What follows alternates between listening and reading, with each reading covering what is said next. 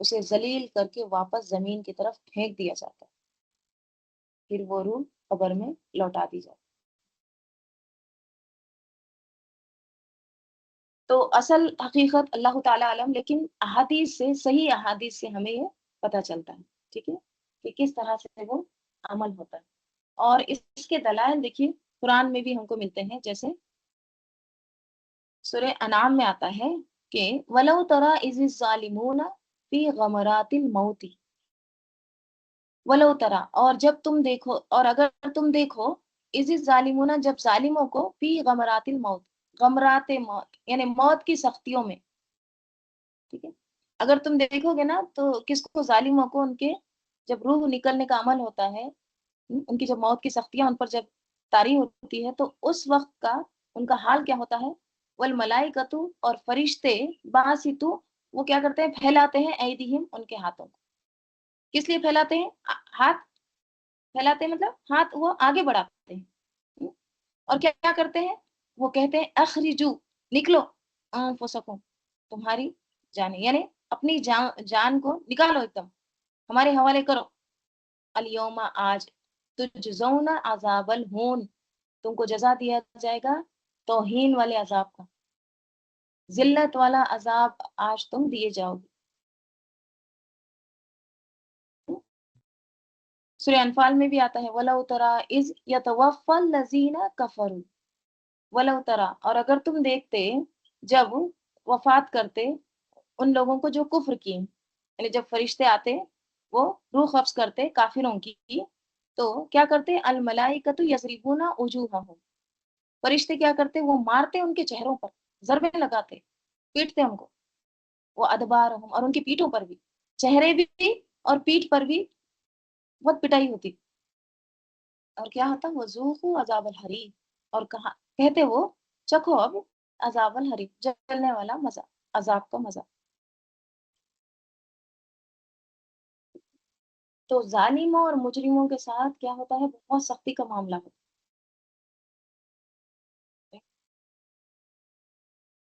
اور اس کے برعکس مومنوں کے ساتھ کیا ہوتا ہے، مومنوں کو تو سلام کیا جاتا ہے، جیسے الذین تتوفاہم الملائکۃ طیبین، وہ لوگ جو وفات دیتے ہیں ان کو، کون، فرشتے، یعنی ان کی روح جب قبض کرنے کے لیے آتے ہیں، تو یہ بھی نا وہ کس حال میں ہوتے ہیں، پاک، ٹھیک ہے، تو ان کو، جن کو فرشتے پاکیزہ حالت میں وفات دیتے ہیں، تو کیا کہتے ہیں، یقولون، وہ کہتے ہیں سلام علیکم، سلامتی ہو تم پر، ادخلوا الجنت، داخل ہو جاؤ جنت میں، بما کنتم تعملون، بوجہ اس کے جو تم تھے عمل کرتے، اپنے اعمال کے صلے میں آج داخل ہو جاؤ جنت، اللہم جعلنا منہم،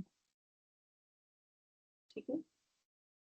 اسی طرح فرشتے مخاطب بھی کرتے ہیں، جیسے یا ایتھا النفس المطمئنہ، اے مطمئن نفس، مطمئن روح، ارجعی الی ربک راضیۃ مرضیہ، لوٹ تیرے رب کی طرف، کس طرح سے، راضی، مرضیہ، تو اس سے راضی اور وہ تجھ سے بھی راضی، یعنی خوش، فدخلی فی عبادی، پس داخل ہو جا میرے بندوں میں، وادخلی جنتی، اور داخل ہو جا میری جنت۔ تو مومنین کے ساتھ یہ معاملہ ہوتا ہے، اگرچہ مومن کو بھی تکلیف ہوتی ہے روح نکلتے وقت، لیکن آخری لمحے پر کیسا ہوتا ہے، ایک دم آسانی، جیسے کوئی ڈھکن کھلتا ہے نا، پھر اندر کی چیز باہر آ جاتی ہے، ویسے، ٹھیک ہے۔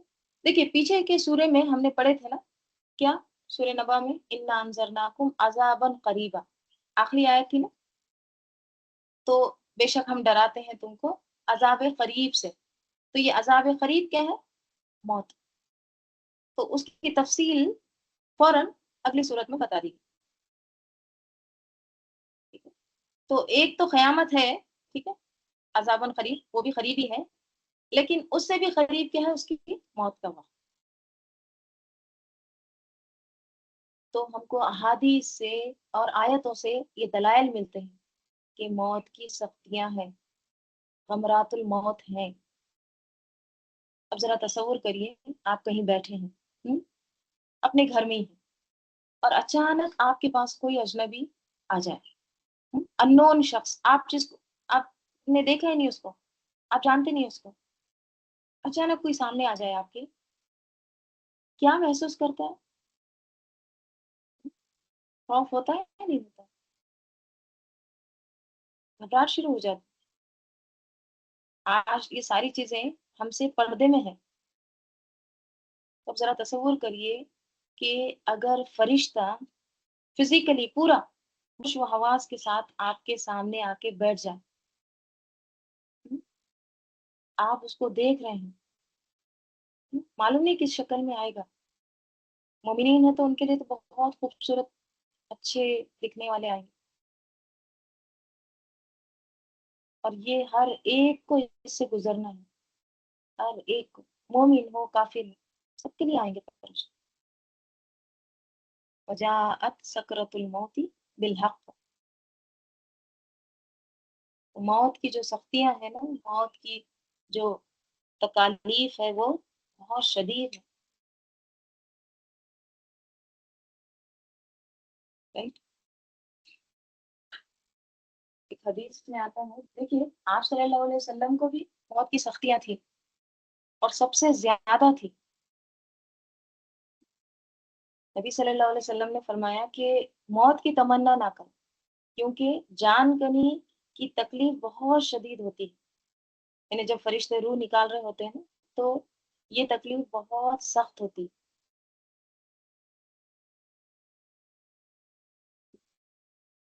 تو موت کی جتنی تکلیف نبی صلی اللہ علیہ وسلم کو ہوئی نا، اتنی قیامت تک کسی اور کو نہیں ہو۔ صحیح حدیث میں آتا ہے، انس بن مالک رضی اللہ عنہ سے مروی ہے، جب رسول صلی اللہ علیہ وسلم کو موت کی تکلیف شروع ہوئی تو حضرت فاطمہ رضی اللہ عنہا نے کہا، ہائے میرے باپ کی تکلیف، وقرب اب کہا، تو نبی صلی اللہ علیہ وسلم نے فرمایا، لیس علی ابی کا کرب بعد اليوم، آج کے بعد تمہارے باپ کو کبھی ایسی تکلیف نہیں ہوگی۔ اور یہ ہم کو احادیث سے بھی پتہ چلتا ہے کہ آپ صلی اللہ علیہ وسلم کیسے اپنے چہرے پر پانی سے ہاتھ پھیر رہے ہوتے تھے، right؟ جب آخری وقت ہم بار بار ایسے چہرے پر پانی کا ہاتھ پھیر رہے تھے۔ حضرت عائشہ رضی اللہ عنہ فرماتی ہیں کہ آپ صلی اللہ علیہ وسلم کا سر مبارک میرے سینے اور تھوڑی کے درمیان تھا۔ وہ کہتی ہے کہ آپ صلی اللہ علیہ وسلم کی موت کی تکلیف دیکھنے کے بعد اب میں کسی کے لیے موت کی سختی کو برا نہیں سمجھتی، یعنی اتنی زیادہ آپ صلی اللہ علیہ وسلم کو تکلیف تھی۔ تو کیا سمجھ میں آتا ہے؟ یہ ایک مشکل مرحلہ ہے، مومن کے لیے بھی تکلیف ہوتی ہے، لیکن اس کے ساتھ خوشخبریاں بھی ہوتی ہے نا۔ یہ اس کو آپ ایسے تصور کر سکتے ہیں جیسے بچے کی پیدائش ہوتی ہے، اب اس وقت کتنی تکلیف ہے، شدید تکلیف ہوتی ہے، لیکن ڈاکٹر کیا کہتے ہیں، بار بار تسلی دلاتے ہیں، بس تھوڑی دیر، تھوڑی دیر، تھوڑی دیر کی بات ہے، پھر اس کے بعد کیا کرتے ہیں، خوشخبری سناتے ہیں۔ تو یہ جو تسلی ہوتی ہے نا، بس اب نکلنے والی، نکلنے والی، تو اس سے تھوڑی تکلیف ہلکی ہو جاتی ہے۔ تو سیم ایسے ہی موت کے وقت بھی انسان کی روح اس کے جسم سے جب الگ ہوتی ہے نا، جدا ہوتی ہے نا، جدائی کا وقت ہوتا ہے نا، دیکھیے ایک روح جو ہے نا، جو ہمارے جسم میں ہے، یہ روح جب ہم ہمارے ماں کے پیٹ میں تھے تب یہ داخل ہوئی تھی، ساری زندگی ہمارے جسم کے ساتھ رہی۔ اب وہ جسم کے ساتھ، جسم سے جب جدا ہوگی تو یہ دن آسان نہیں ہوگا، تکلیف رہے گی نا۔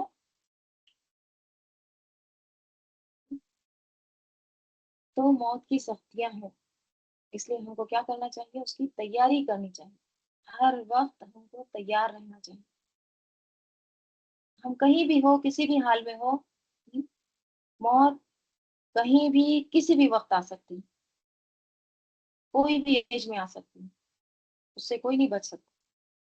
جب پیغمبروں کے ساتھ یہ معاملہ ہوا ہے تو پھر ہم میں سے کون بچ سکتا ہے؟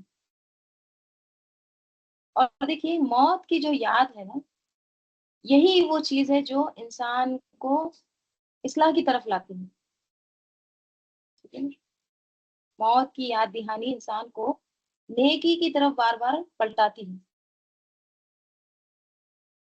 کیا یاد دلاتی کہ ہم کو مرنا ہے، تو اس کے لیے ہم کو تیاری کرنا ہے. دنیا میں تو ہم بہت کچھ تیاری کر لیتے ہیں، لیکن آخرت کی تیاری زیادہ نہیں کرتے. جو پہلے کے جو نیک لوگ تھے نا، اسلاف، وہ کیا کرتے تھے؟ نیکی پر قائم رہنے کے لیے موت کی یاد، آخرت کی فکر بہت زیادہ کرتے. قرآن میں کیا آتا ہے؟ انا اخلصناہم بخالصۃ ذکر الدار. ہم نے ان کو خالص کر لیا تھا ایک خالص شے، یعنی آخرت کے گھر کی یاد دہانی کے لیے. یعنی اللہ نے ان کو اس لیے چنا کہ وہ آخرت کو یاد رکھتے تھے. تو یہی وہ چیز ہے جو انسان کو کیا کرتی ہے؟ اخلصنا ہو، مخلص بناتی ہے. تو موت اس سے بڑی کوئی واز نہیں، واز نصیحت. ٹھیک ہے، تو جب نصیحت ہے تو پھر اس پر غور کرنا ہے، اس پر عمل کرنا ہے، اس کی تیاری کرنا ہے. ہمارے ساتھ اگر کوئی بیٹھا ہے، کرسی پر بیٹھا ہے، وہ ہمارے سامنے گر سکتا ہے، فرشتے اس کے پاس آ کے اس کی روح قبض کر سکتے ہیں، تو ہمارے پاس بھی آ سکتے ہیں، ہماری بھی روح قبض کر سکتے ہیں. اللہ تعالیٰ اگر ہمیں مہلت دیتا ہے، ایک موقع دیتا ہے، تو کیا کرنا چاہیے پھر اس کے لیے؟ آخرت کی تیاری کرنی چاہیے. ہمیں نہیں پتا کہ جس گاڑی میں ہم بیٹھ کر جا رہے ہیں، ہاں، اس گاڑی سے اتریں گے بھی یا نہیں، جس بستر پر ہم لیٹ رہے ہیں اس سے اٹھیں گے بھی یا نہیں، کوئی نہیں جانتا کہ انسان کس حال میں مرے گا. ٹھیک ہے، تو آخرت کو سامنے رکھے بغیر انسان اپنی اصلاح کر ہی نہیں سکتا، اور نہ ہی خالصتاً اللہ تعالیٰ کے لیے عمل کر سکتا. اسی لیے دیکھیے ہمیشہ اللہ تعالیٰ سے دعا کرنا چاہیے، کیا؟ کہ اللہ تعالیٰ ہمارا حسن خاتمہ کر، ہمارا انجام بہترین کر.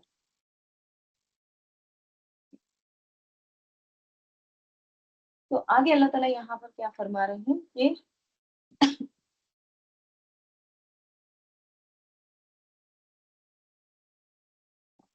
یوم ترجف الراجفہ، یوم، جس دن، ترجف، کانپے گی، اور راجفہ، کیا کانپے گی؟ زمین. ہم؟ اور راجفہ کانپنے والی ہے. اور یہ جو راجفہ کے بعد گولتا آیا ہے نا، یہ کس لیے آئے ہیں؟ یہ مبالغہ کا ہوتا ہے. ٹھیک ہے، اور مبالغہ جیسے ہم نے اس سے پہلے پڑھے تھے نا، ما لیا، ہا لیا، اس طرح کے الفاظ. تو یہ دراصل کیا ہوتے ہیں؟ یہ ایک تو اس میں شدت بھی ہوتی ہے، اور ایک ردم کے لیے بھی آتا ہے لاسٹ میں. تو یہاں بھی کیا ہے؟ مبالغہ ہے.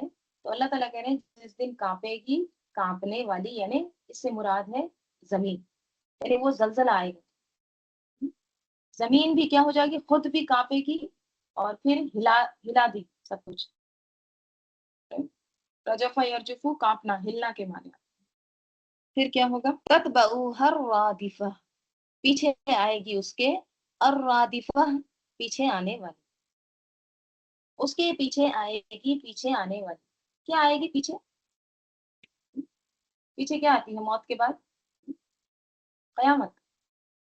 تو اس کے پیچھے پھر کیا ہوگی؟ قیامت آئے گی. ردفہ جو ہے نا، رادفہ ہے نا، ردفہ یردفو کہتے ہیں. ٹھیک ہے، پیچھے سوار ہونا، اور رادف کہتے ہیں پیچھے جو سوار ہوتا ہے نا وہ، یا پیچھے سے آنے والا. ٹھیک ہے، دیکھیے بائک کے اوپر جو پیچھے بیٹھتا ہے نا اس کو کہتے ہیں رادف. شعر میں بھی ہوتے ہیں نا، ردیفہ، قافیہ، آخری حصہ. تو یہاں پر کیا کہا جا رہا ہے؟ اس کے پیچھے آئے گی پیچھے آنے والی، یعنی اس سے مراد ابن عباس رضی اللہ عنہما نے نفخہ اولا لیا، جب سور پھونکا جائے گا نا پہلی مرتبہ وہ. ٹھیک ہے، اور بعض نے اس سے مراد نفخہ ثانیہ بھی لیا ہے، یعنی دوسری بار جب سور پھونکا جائے گا. ٹھیک ہے، اور بعض نے یہ بھی کہا ہے کہ ایک کے بعد ایک جھٹکے آتے جائیں. ٹھیک ہے، تو پیچھے آنا مطلب بس فالو کرنا، ایک دوسرے کے پیچھے آنا. تو اس کے پیچھے تتبعوها الرادفہ، اس کے پیچھے آئے گی، پیچھے آنے والی یعنی قیامت. پھر کیا ہوگا؟ پھر قلوب یومئذ واجفہ، قلوب کچھ دل، یومئذ اس دن، واجفہ کیا ہوں گے؟ دھڑکنے والے ہوں گے. اس دن کچھ دل کیسے ہوں گے؟ ایک دم زور زور سے دھڑکیں گے. واجفہ جو ہے نا، وجفہ سے، وجفہ اس سے پہلے بھی ہم پڑھے تھے نا، فما اوجفتم علیہ من خیلی ولا رکاب، سورہ حشر میں، کہ نہیں دوڑائے تم نے ان پر گھوڑے اور نہ ہی اونٹ. تو اوجفہ کے معنی کیا آتے ہیں؟ دوڑانا، تیز حرکت دے. تو اس دن دل تیز رفتار سے دھڑکیں گے، دھڑکنیں تیز ہو جائیں گی، پالپیٹیشن بہت تیز ہو جائے گی. یہ دھڑکنیں یا پھر پالپیٹیشن تیز کب ہوتا ہے؟ کس وقت ہوتا ہے؟ خوف اور گھبراہٹ کے وقت. بےقراری جب ہوتی ہے، بہت زیادہ خوف ہوتا ہے، گھبراہٹ ہوتی ہے، تو اس وقت ہوتا ہے. تو کہا جا رہا ہے کہ زمین پر وہ زلزلہ آئے گا، زمین پر تو ایک ہے زلزلہ، لیکن جس کی وجہ سے کیا ہوگا، وہ انسانوں پر ایسا دن ہوگا، یوم عسیر، انسانوں کا ایسا حال ہوگا کہ دل باہر آنے لگے گے.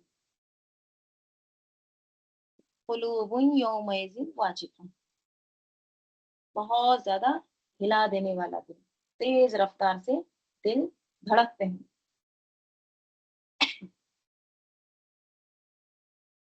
پھر کیا ہوگا؟ ابصارها خاشعہ، ابصارها نگاہیں ان کی، خاشعہ کیا ہوں گی؟ خشوع اختیار کرے گی، دبی ہوئی ہوں گی، سہمی ہوئی ہوں. اب دل باہر نکل رہے ہیں، بہت تیز رفتار سے دھڑک رہے ہیں، تو پھر کیا ہوگا؟ یہاں پہ ابصارها ان کی نگاہیں، ہاں کی ضمیر کدھر جا رہی ہے؟ وہ اصحاب القلوب کی طرف، وہ جو دل ہے نا، ان کی طرف. تو ان کی نگاہیں کیا ہو جائیں گی؟ پھر بہت زیادہ خوف کے مارے سہم جائیں گی، دبی ہوئی ہوں گی، نگاہیں ان کی جھک جائیں گی. اور نگاہیں کب جھکتی ہیں؟ دیکھیے نگاہیں دو وقت پہ جھکتی ہے. ایک تو ادب و احترام کے وقت، ٹھیک ہے، ہم کسی کا ادب و احترام کرتے ہیں تو نگاہیں جھک جاتی ہیں احترام کی وجہ سے. دوسرا شرمندگی کی وجہ سے، ندامت کی وجہ سے، کہ ہم نے اپنی زندگی برباد کر دی، ہم نے اس کو ایسے ہی ضائع کر دیا، ٹھیک ہے، ندامت ہوگی. درود شریف پڑھ لیجیے. اللہم صلی علی محمد وعلی آل محمد کما صلیت علی ابراہیم وعلی آل ابراہیم انک حمید مجید. اللہم بارک علی محمد وعلی آل محمد کما بارکت علی ابراہیم وعلی آل ابراہیم انک حمید مجید. اللہم انس وحشتی فی قبری، اللہم ارحمنی بالقرآن العظیم واجعلہ لی اماما ونورا وہدا ورحمہ. اللہم ذکرنی منہ ما نسیت وعلمنی منہ ما جہلت وارزقنی تلاوتہ آناء اللیل وآناء النہار واجعلہ لی حجتا یا رب العالمین. سبحانک اللہم وبحمدک نشہد ان لا الہ الا انت نستغفرک ونتوب الیک. سبحان ربک رب العزت عما یصفون وسلام علی المرسلین والحمد للہ رب العالمین.